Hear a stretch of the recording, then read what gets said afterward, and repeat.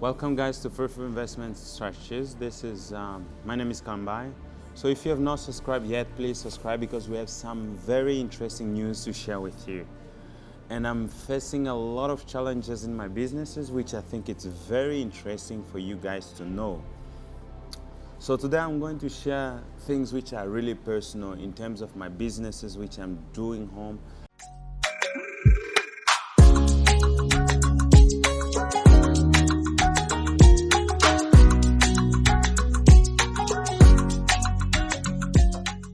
And you guys know that I have renovated a house and I've put it for rent.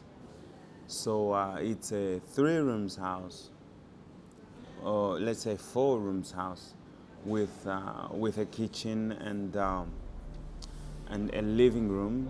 It's actually you have some elements like the kitchen, some sofas, and some sitting chairs in the kitchen.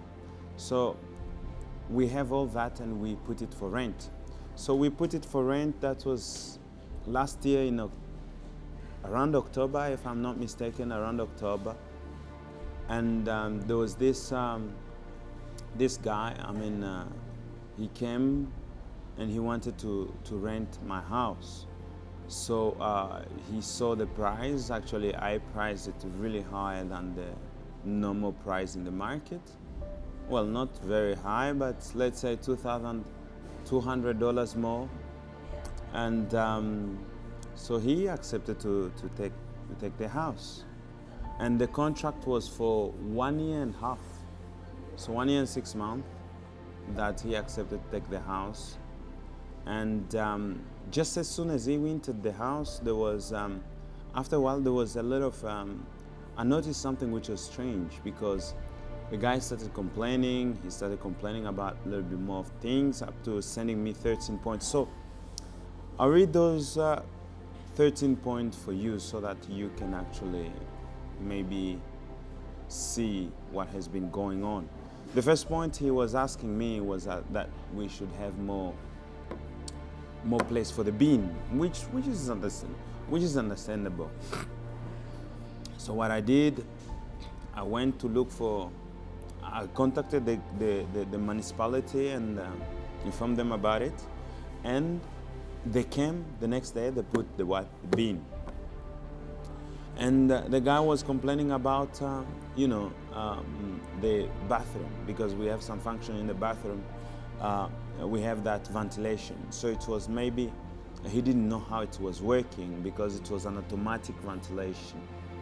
So and of course we had to kind of disconnect that automatic function and make it kind of to disconnect that automatic function and put it I can say it becomes manual. So he used the manual function, and we removed the automatic and we just put the manual function so that he could use. And this is a guy who has a company, who has a big car, and he's rich, and according to what I see, he's well stand off, and all that. So we changed that. And he was saying that the air condition in the house is really not well, so we had to really put another manual ventilation. We had to make a hole through the wall to make another ventilation. So all these are costs. You say we are dealing with, this is business real in Norway. You understand? So this is real business in Norway. So I was listening to all those things he was complaining about, and I put a manual function. So that was one of the things. And he wanted something, kind of a ventilation which was just going automatically, very silent, in the room. But that one I didn't give it to him because I thought, okay, there is manual actually ventilation in the rooms. All the rooms have ventilation, including the sitting room, and we have also, including the sitting room, all the rooms have ventilation. So there shouldn't be any problem with that, because after even he came, we put another ventilation in the sitting room, guys, and I hope to show you next time. So And he was complaining about the washing machine because we had IKEA which came to put the kitchen. So IKEA installed the washing machine, but the washing machine was not sitting well. So it needed some just to put some, maybe put some screws and fix it. But at the end of the day, we changed that washing machine, and we put another one which is new, and yeah, so that the guy could use. So we changed that one again. So this is the 13-point list, guys, that he sent me. So just that you see, and this was on the 15th of November 2022. So again, he sent me another. The fifth thing he wanted is actually to give him a place where he could put spoons. Guys, can you imagine? Spoons and knives. I'm like, this guy is really exaggerating. I'm not gonna give him that, which I didn't give him. He was asking for that so that he can put, spoons and things like that. I said, hey, I'm not going to give you that. Well, I didn't tell him that, but I didn't do it. And the other thing he wanted is actually to have some, because at the entrance here in Norway, because of the cold and the winter and the water, at the entrance we have somewhere where people can put jackets, people can actually put their shoes. So we had all that ready. We bought a hanger where we could put jackets. We bought a shoe holder where we could put shoes. I installed it in the room. But you know what happened? The guy removed it, and he was asking for a what? For a wardrobe. A wardrobe. I went to buy a wardrobe, guys, and I put a wardrobe in there. But he took the wardrobe, which I bought for the room, and he put it at the entrance. He removed the what? He removed the wardrobe which I had put in the entrance, and I don't know where he put it. I was just like, okay, I'm not gonna take it with this guy anymore. I'm really, really, really tired right now. So, and the next thing he was asking, because when he came in, maybe there was a bit of a problem with the warming cable in the bathroom, which I had to get an electrician to fix it. It was just it was just the commanding system which was not working, so we had to change that, and the electrician changed it. But he was still complaining, even though the cable was working. He was still complaining that okay, the warmth was maybe too much. I said, guy, you are big enough to regulate your warmth in the house, and to dysregulate it, you can do that. I cannot do that for you. So, some of this, I was just getting mad. And he was asking for light outside of the house, which I did because I took the electrician and, hey, I said, okay, fix it for him so that he can be satisfied. In looking to please the guy, I was actually giving him much more to complain about, because we put the light and he was still more complaining. And the 10th thing he says that the wire at the wire for the what? For the, because we have this warming system. I don't know if you call it in English panel oven. It's this warming system which you have to kind of connect to electricity. And the cable was maybe not, it was exactly enough, but he wanted a longer cable, which I did do for him, because I think these are the things you can do yourself. If the cable is enough, you can do these things on your own and you can fix it. So I left that. I gave it to him. And what happened again? He wanted again a lighthouse. I put the lighthouse, the light outside of the house. And he wanted, a storage place outside of the house again. I said, this guy is looking for much more. He's looking for my skin.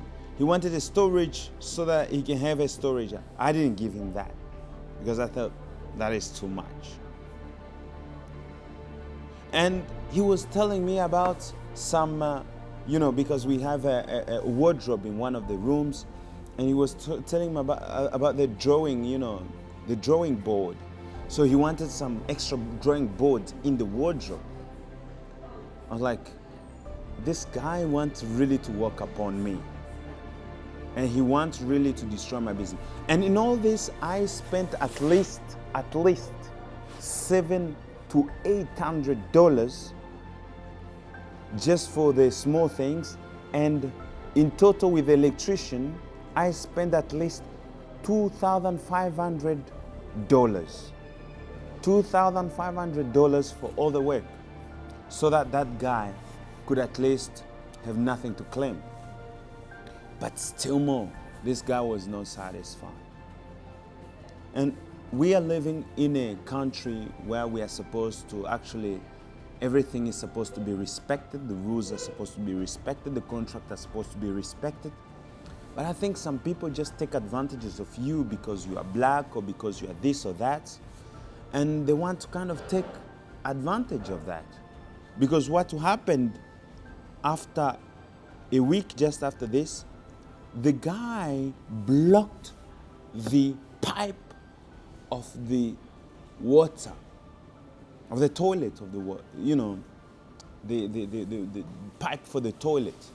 He blocked it with papers, and I had to call, people to fix it. And that alone cost me at least $1,100 just to fix it.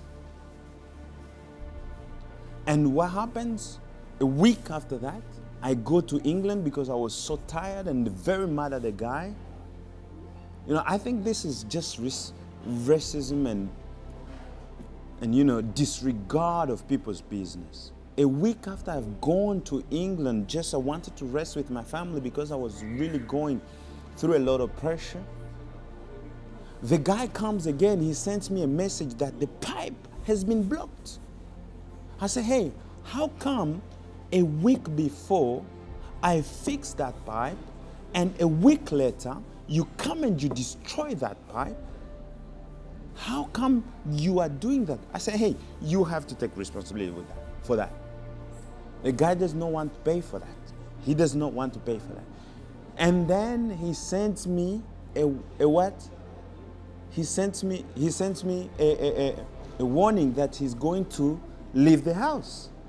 I said, first of all, the contract is at least for 1.5 years, and now you are coming after me fixing everything. You are telling me that the house is not livable in, and the house has been really much more improved, and then you are telling me that you have to go off. And what does the contract say? We have to follow the contract. And the guy, because he has a lot of money, he's threatening to go to the law. What should I do, guys? I feel this is really racist. I think this is really having no consideration of what people are doing in their business. I think this is really disrespectful because we have invested a lot of money and somebody is trying to come and to sabotage, because I had to get a report of what was actually done when I was in England in terms of, restoration for the pipe. And the cost there was 1,150 just to actually to remove all the dirt that he puts in the pipe. I don't know. For me, I'm thinking, really, if we're going to invest, wherever we're going to invest, people should have consideration of the kind of businesses that we are doing in. But people do not have consideration of the business. I'm thinking, well, for me, it would be better to invest somewhere else if we're going to have some of these kind of behaviors in the countries which are considered lawful, which are considered, with norms. I'm like, Is it because I'm black? And is it because, you start thinking like that. What really leads people to really sabotage other people's work? A lot of money has been spent. Now he wants to go out. He has given me a warning just of a month. The contract says it's 3-month warning you have to give. And the guy has bought another house. He's telling me that he has bought another house. While I was in England, he wrote to me and I thought, okay, you are going out. And he says, hey, we have to renegotiate the contract. How do you renegotiate a contract which is written, which you have signed? And the terms of the contract are very clear. How do you do it? He wrote another message which was very long. I think I'll take it on the next video with you point by point of the things that he's saying, because, I feel, I don't know. It's just because but honestly, there is so much things in my heart that I cannot express right now, considering my position in society, considering myself. I cannot say some of the things, but I think this is just a slave driver. This is an evil mentality. And do you know why? He's complaining about the water because likely, if you saw one of my last videos, there was a lot of snow. And in the contract, it stipulated that he has to remove the snow on the driveway. And this guy is so lazy that he cannot even remove the snow in front of his own door, and yet he's complaining about the water entering into the house. He has snow 15 centimeters just in front of the house. How is that? I came, just the first day I came from England from the holiday, and I parked the car on the road because I could not get in the house. I had a friend who could just help me to remove the snow, and it took me 4 hours to remove the snow. And I'm calling the guy, I'm saying, hey, you did not remove snow. He's telling me that he removed snow. I don't know. Considering how much, business can be elsewhere, but give me some ideas. You people who have dealt with so many difficult people like this, what can you really do in this kind of situations? Because this is one of the things which breaks you down and really want to make you reason, really, am I on the right place? Am I doing the right thing? Am I at the right moment? What can I do to improve? Because business has to go forward. But I feel like, that just some people want to hold you because of the skin of your color. I don't want to say that, that is the way, that's way everywhere, but I feel that way. There is a lot of frustration going into my heart, and I don't want to pour it out there, but I feel really sad for the people who are coming after me and who are really trying to push, but yet they don't have a heart to stand and to stand against this kind of situation. Because after all, these situations kind of break you. If you are not strong to stand it up, they will break you. And this is a young country we're trying to invest in. There are not many black investors. There are little black investors out there. But I feel like when you have a black investor who's trying to invest in this society, in a way, people just try to, erase him the best way they can without saying a word. So I'm really, really frustrated. I really want to know, what would you have done? How would you have treated this? And this is Norway, guys. I couldn't really imagine facing this kind of situation, knowing that this country, first of all, has respect of norms, respect of contract, respect of society. But the thing is, you are going to face the law with that kind of person. We are talking about $3,000 or to $4,000. And you have to spend to the lawyer, let's say, more. And then your money you just spend money to the lawyer. I don't know how to deal with this. I'm in the beginning and I really need some help. I'm sharing my experience the way it is. And this is not the first place we face the challenges. I'll tell you about the challenges that I faced in my other house, in my other apartment, condo that I have. So help me, solve this situation. Comment and share. We want really, really to improve the business, environment. And we want people to learn from these kind of situations so that when people who actually, of our origins comes again and try to really work in this environment, they can kind of learn from what we have been through. So please, subscribe and share this video. Be part of this journey. And if you're interested, we are going to show you more as it goes.